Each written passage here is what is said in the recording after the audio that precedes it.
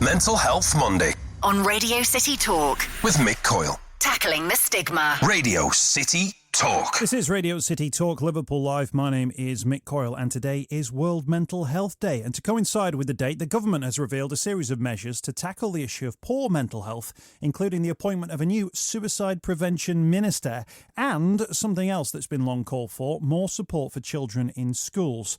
Today on the show, we can show you how important that support is and what difference it can make to young people's lives.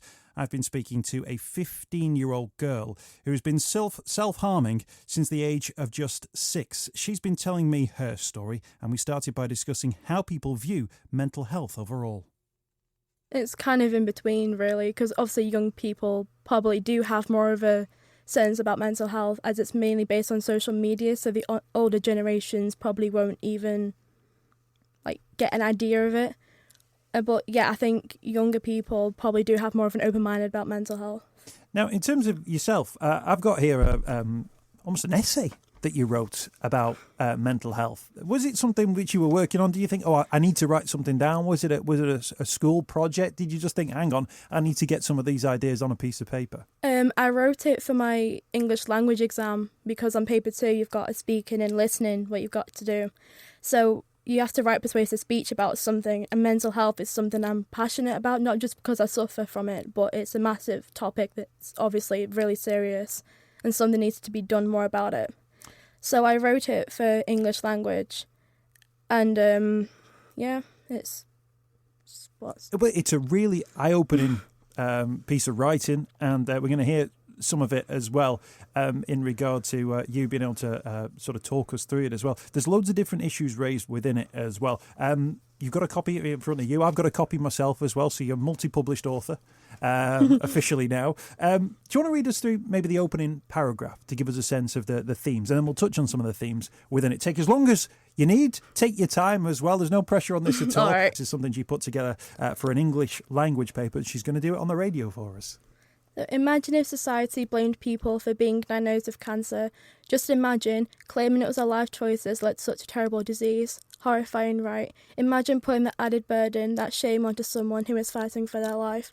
This happens every day, and each day is a constant battle between that person and their inner self. So it isn't just victims of cancer, but victims of mental illness too. I think we can carry on. Would you like to carry on? I'll happily go. Go on. The fact that 1 in 4 people suffer from some sort of mental health, whether that's depression, anxiety, or some sort of disorder, such as a mood disorder or an eating disorder, this stigma causes severe harm by dehumanising those who have mental disorders, making it harder for the mentally ill to admit their symptoms to others and seek treatment, as they may feel ashamed and alone. Don't you think it's already hard enough? This is a very common problem worldwide. A death by suicide happens every 40 seconds, so even during the speech, innocent lives are being taken away consistently. It's not because they want to die, but to end the pain within. I mean, that sets it up very nicely for us, and well done for that. I thought you were absolutely excellent reading that out as well. You're very young, but obviously, touching on suicide and being aware of suicide as an issue as well. These are sort of adult themes, if you like. Do you get a sense that even at your young age, these are things which you feel the need to be clued up about, and maybe other young people need to be aware of? Yeah. And in terms of putting those things, writing them down, when you started writing them down, did you find it to be almost a good experience putting it down onto a piece of paper, to sort of getting the thoughts out of your head, if you like? What was that like, writing it? It's kind of always helped me with my mental health issues, because I suffer from it. And writing it down and how I feel has always been easier for me to actually express to someone, saying it how I feel. So by writing it down, it just helps, because it's not like a face-to-face conversation, really. In terms of your own personal journey as well, you talked about your own mental health. Where for you have been the issues that you've found in life so far in terms of your own mental health? What problems have you been living with? It's just the fact, really, about my parents' divorce and my granddad passing. I've been bullied at school, and that's kind of all led up to about my mental health. And it's social media as well. You see all of these women and all younger women, the perfect body figure, really, and that just makes me feel as though, well, maybe that's what I need to look like, and it's just made me feel completely worthless within me. Do you feel like sometimes you get bombarded by those sorts of images? Yeah. because it's just social media in general. It's like pressurizing younger people, and like just not even younger people, it's older ones as well. Like just everyone in society makes them just feel pressurized, like, oh, that's what you need to look like. Because if you don't feel good in the eyes of the media, then you're just going to feel complete rubbish everywhere else. Do you feel like the issues that you've faced in life have caused, have kind of put you into this kind of corner, if you like? Do you feel like those issues have led to this kind of situation and the way that you view the world? Because actually those issues that you live through, you know, other people will go through, they'll react in different ways, won't they, as well? Do you feel like very much that you become the victim of those circumstances, if you like? Yeah. And in terms of how it manifests itself, you touch on self-harm within the article that you've written as well. At what point, at what age was it that you first considered doing that? Well, I first cut myself when I was 6 years old, and that was during my mum and dad's separation. But it also continued from year 8, like midpoint year 8, because of like bullying, and obviously because I was still suffering from when my granddad passed, because that happened when I was 8 years old. And my mum never really gave me like a chance to grieve over. So that didn't help. Plus, obviously, with the bullying and everything, it just came back to me. And obviously, self-harming has then been a thing for me, how to cope with my feelings inside. 6 is such a vulnerable age. For you to have been considering self-harm, of an act of self-harm at that age as well, maybe gives people a sense of the issues that you were facing at the time. Was there a sense that you maybe weren't able, there wasn't enough people around you at the time to maybe tackle some of those issues at that age, and that led you self-harming once again when you got to that year 8 period, which I'm guessing you will be 12 or 13 years of age? Well, when I was 6, obviously, because my nan and my granddad at the time were too focused around the stuff between my mum and my dad, I didn't really want to make things worse or anything. And then, obviously, when I was in year 8, again, I still didn't feel like I could tell anyone. It's just something I've been embarrassed about. So, in terms of reaching out and putting things down, have things changed as a result of this? Has this been sort of adults been sort of made aware of what you're going through to the point where actually they're looking to offer you some help? I am under CAMS at the minute, and everything seems to be okay, even though it was like a rocky start at first. I have been to the doctors in the hospital. Again, that didn't really help, but doctors was the ones that referred me to CAMS. So let's just see how things go. Do you feel like there could be more help available to you? There could be a lot more help, really. A lot more. And in terms of your school environment now, your educational environment, have they been kind of made aware of what you're going through? Have they been able to sort of help you out in terms of your journey? Student services from my school have helped me quite a lot. It's like a safeguarding team. So they have helped me a lot through mental health. And I have spoken to the school nurse quite a few times, but that's like probably back in year 9. And I was seeing a youth worker that did help me. That's like more of internet safety. So I'm not saying I haven't had the help, but I'm saying that they could do more.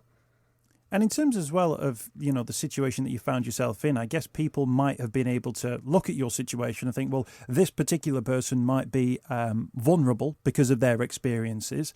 Let's make sure that we are, you know, speaking with that person and finding out a little bit more about their environment. It seems that a lot of what you've been saying is reaction to self-harm, reaction to your mental health, whereas actually it's not been about safeguarding you from an earlier point of view, of spotting potential signs and actually making a connection with you sooner. Is that something that you'd like to see, that there's sort of greater screening, if you like, of young people who might be at risk of self-harm or of mental ill health? I do think that self-harm and mental health does need to be more like seen in the outside world, because obviously people like, because you can't see it physically unless if someone who does self-harm isn't afraid to open up, then you don't really know it's happening, so people just tend to brush it off their shoulders as though it's not there.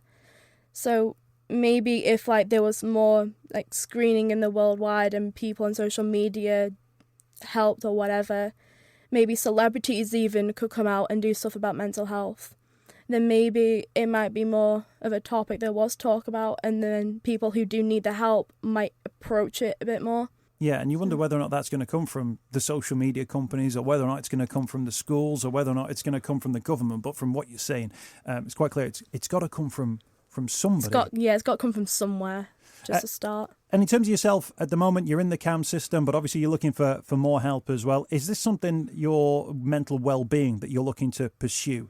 That idea that, you want to get yourself to a better place, that you can't change the past, but actually you're in control of your own future. Yeah, I have been told you can't change the past, but you can learn from that to help with your future, really. But I do really want to be change from my mental state at the minute.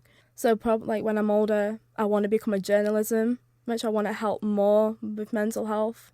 That's what I want to do. Well, I can tell you it's a wonderfully fulfilling job if you get into journalism, particularly when you focus on mental health. And I think that actually if it is something you set your mind to, I think it's a path which you'll find wonderfully fulfilling as well. In terms of your aspirations for the future from the situation you're in now, do you feel like you're going to be a completely different person in a few years' time? Have you got a sense of hope that the pathway that you're on is going to take you to a different place? At the minute, not really. I'm not going to lie. I just don't... At the minute, I don't see anything going anywhere at all. And do you feel empowered enough to be able to let those people know that maybe the pathway you're on isn't the right one for you, and to maybe explore other pathways, or to ask them to help you explore other pathways? If I had the guts to ask, probably. But at the minute, I'm just trying to just see what they can do first until I can step in and say, this isn't helping, I need to do something else. Absolutely. Well, we wish you all the best as well. And I'd urge you to actually have that conversation as best you can, because if you can have that conversation, it might well be, and I speak to a lot of people who are in similar situations to yourself, that the pathway that they're on isn't the right one for them. It might be the right one for somebody else. And equally, a different pathway might just be, one doorway, one phone call, or one internet search away from something else as well, if you go down the right pathway. So thank you for sharing the time with us today. Thanks for sharing your story. Thanks for reading part of your English language paper as well, which you wrote down on a piece of paper and you ended up reading it out on the radio. I think you did an excellent job. Thanks for your time. Thank you. Mental Health Monday with Mick Coyle. Radio City Talk.